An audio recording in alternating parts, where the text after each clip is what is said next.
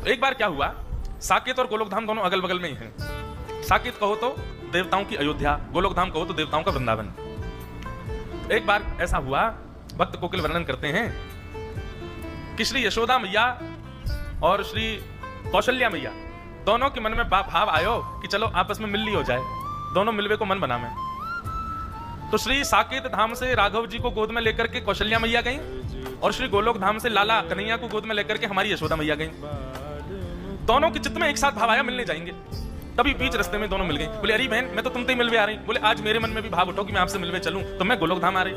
अरे बहन बड़ी पथारी, चलो गोलोक धाम ही चलो। और श्री कौशल्या जी को लेकर के यशोदा मैया गोलोक धाम आ गई। दोनों की गोद में लाला है, यहाँ राघव जी हैं, वहां हमारे ठाकुर जी हैं। दोनों मैया आई आकर के गोलोक धाम में सुंदर दिव्य महल में मैया विराजमान होगी। दोनों बालकों को आंगन में छोड़ दिया। राम कृष्ण दोनों आपस में क्रीड़ा कर रहे हैं। ऐसी लीला का दर्शन भक्त कोकिल कर रहे हैं। बोले आहा, दोनों कैसे हैं? बोले दोनों उनमें कोई अंतर ही नहीं बता सकता, बिल्कुल एक जैसे हैं, श्री कृष्ण और श्री राम। हमारे लाला थोड़े से नहीं, बस दोनों में अंतर पहचानना हो तो एक ही तरीका है। बोले क्या? इनके नयन गंभीर हैं, इनके चपल विशेष।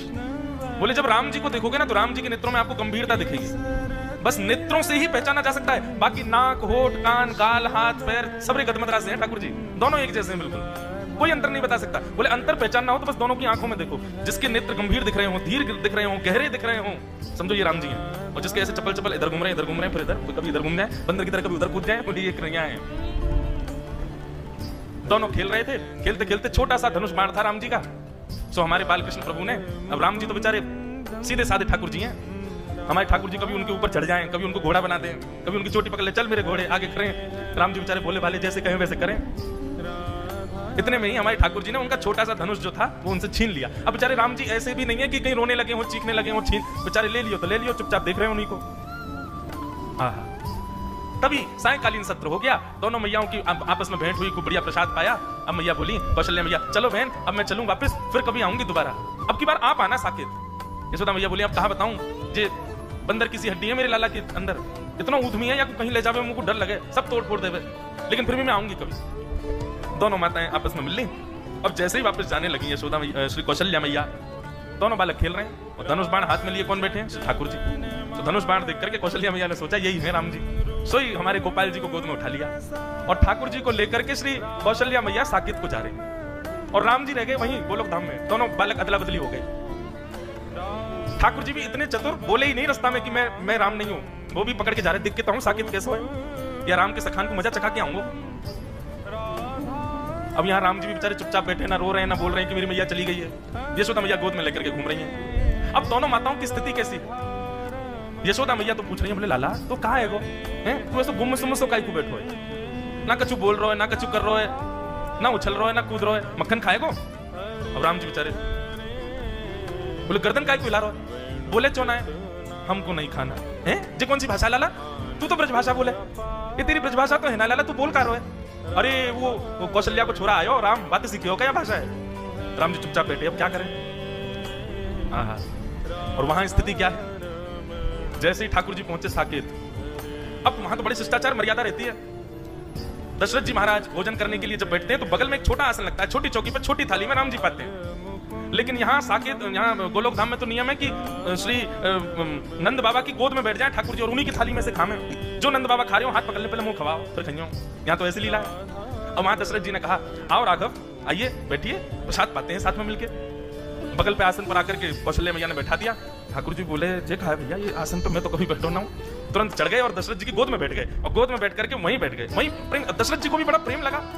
अरे देखो कौशल्या, आज राम गोद में बैठ गए मेरी, शायद इनका भाव है कि गोद में बैठ के पाएंगे। अब तो महाराज ये तो बड़े आश्चर्य की बात थी साकेत धाम के लिए। सब लोग आ करके देख रहे हैं और देख करके दूर से ही बलैया ले रहे हैं। आज राम जी का कैसा प्रेम उमड़ा है अपने पिताजी के ऊपर। अब दशरथ जी खा रहे हैं और बीच बीच में बड़े शिष्टाचार से खवा रहे हैं ठाकुर जी को। ठाकुर जी के मुंह में उंगली जाए, उंगली काट जाए दशरथ जी की। दशरथ जी बोले राघव ऐसे नहीं करते, आपने काट क्यों लिया? इतने में तो ठाकुर जी ने कड़ी ली और कड़ी लेके दशरथ जी की दाढ़ी पे लगा दी, खीर लेके माथे पे लगा दिया, पूरे मुंह पे सब मक्खन आदि पोत करके और अपनी जीभ निकाल के उनके गाल चाट गए। दशरथ जी बोले ये कौशल्या ये क्या हो गया है? बाहर आकर के कौशल्या मैया ने देखी तो दशरथ जी तो पूरे सने हुए ऊपर से नीचे तक। बोले ये किसने किया? बोले ये राघव कर रहे हैं, ये कहां से सीख करके आ गए हैं ये सब? बोले अरे आज वहां गई थी ना मैं गोलोक धाम, वहां यशोदा का बेटा बड़ा नटखट है, कहीं उससे तो नहीं सीख लिया। लेकिन फिर भी राघव तो ऐसा तो कभी नहीं करते। इतने में तो राम जी उछल करके भाग गए। महाराज आंगन में जितने भी बढ़िया सुंदर कमला रखे सब फोड़ दिए उठा उठा करके। पूरा साकेत धाम आश्चर्य में, बोले हो क्या रहा है। राम जी के बेचारे जो सखा हैं वे भी बड़े शिष्टाचार में आते हैं। हे राघवेंद्र सरकार, रघुकुल नंदन, हे दशरथ नंदन, हे कौशल्या नंदन, आपके खेलने का समय हो गया है, आइए विराजिए। वहां तो इतनी आज्ञा से बुलावे, वहां पे ओ लाला का कर रहे रे, जल्दी आजा, गैया सबरी गई है वन में चरवे के काज, हमारा डोलवे को समय है, जल्दी आने करके, नहीं आवे को दारी के हम भीतर आ रहे हैं। वहां तो ऐसे बोलने सब। ठाकुर जी निकल करके बाहर आए, राम जी के सब सखा देखे, सब सखा तो ऐसे निवेदित कर रहे हैं, ये लीजिए गेंद, इससे खेल ले राघव, आइए यहाँ खेलेंगे।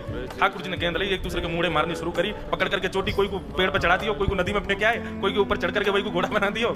बालक सब रोते रोते कौशल्या मैया के पास गए, बोले आज राम जी को क्या हो गया, बहुत मार रहे हैं हमको। और वहां स्थिति क्या है, दशरथ जी को वसुदेव नंद बाबा गोद में लेकर के बैठे हैं। राम जी से कह रहे हैं, लाला आज कड़ी मत लगाइयो मेरी दाढ़ी से, और मैं प्रेम ते पान दियो, नहीं तो देख लूंगा फिर मैं। लेकिन यहाँ तो राम जी बेचारे चुपचाप बैठे हैं, ऊपर गोद में उनसे बैठा ही नहीं जा रहा, कभी बैठे ही नहीं कभी गोद में। अब बार बार उतर करके वो तो नीचे आ जाए, फिर उठा करके गोद में रख ले नंद बाबा, फिर उतर के नीचे आ जाए।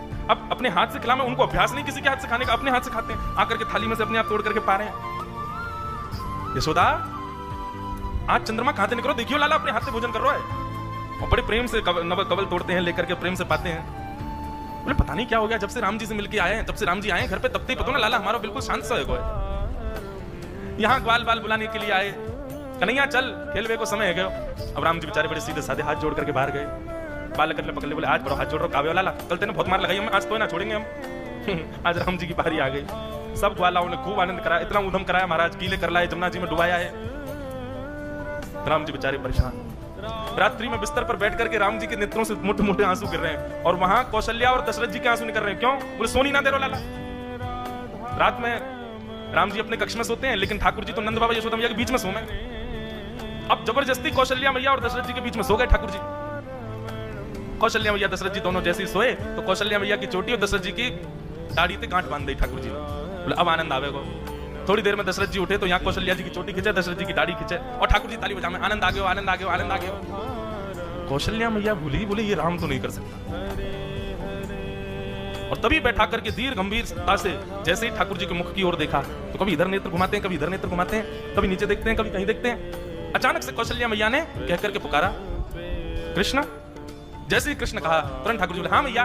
लो हो, ये तो अदला बदली हो गई है। अरे ये हमारे राघव जी नहीं है, ये तो उनके लाला आ गए, ये गोपाल जी आ गए हमारे संग। और वहां धीर गंभीर ठाकुर जी चुपचाप बिस्तर पर बैठे हैं। यशोदा मैया और नंद बाबा दोनों पकड़ पकड़ करके बीच में सुबह में फिर उठ के चले जाए, बीच में सोना आता ही नहीं उनको। यहाँ यशोदा मैया बोली, बोले लाला इतना गंभीर तो कभी ना रहे। जैसे ही नेत्रों में झांक करके देखा तो धीर था, गंभीर था, बिल्कुल एक निष्ठता, मानो जैसे कितनी गहराई हो भीतर। यहाँ यशोदा मैया ने पुकारा, राघव। बोले जी माँ। आहा, राघव सुनते यशोदा मैया घबरा गई बेचारी। बोले बालक ने यार कितनों घेरो, कितनों पटक दियो बेचारे, कितनों रोयो होगो। अरे हम तो बदल गए, पता ही नहीं चली कि लाला दोनों बदल गए। यहाँ से पकड़ करके राघव जी को लेकर के मैया गई, वहां से साकेत से ठाकुर जी को लेकर के श्री कौशल्या मैया आई। बीच रास्ते में दोनों का मिलन हो गया, खूब हंसी, दोनों गले से लगा ली। बोले दोनों ने पता ही नहीं चली। बोले भैया, यशोदा मैया बोली पकड़ो अपने माटी के मत होना, कछु करे ना धरे, चुपचाप बैठो रहे। कौशल्या मैया बोली आप भी पकड़ो अपने बंदर को, ये बैठता ही नहीं है, पूरे साकेत को अधर करके आ गया है। दशरथ जी की सफेद दाढ़ी पीली पड़ गई है, पूरे पे कड़ी लगा दी है। ऐसे आनंद का वो भाव भक्त श्री कोकिल अपने भाव में वर्णित करते हैं। मदन गोपाल हमारे राम, मदन गोपाल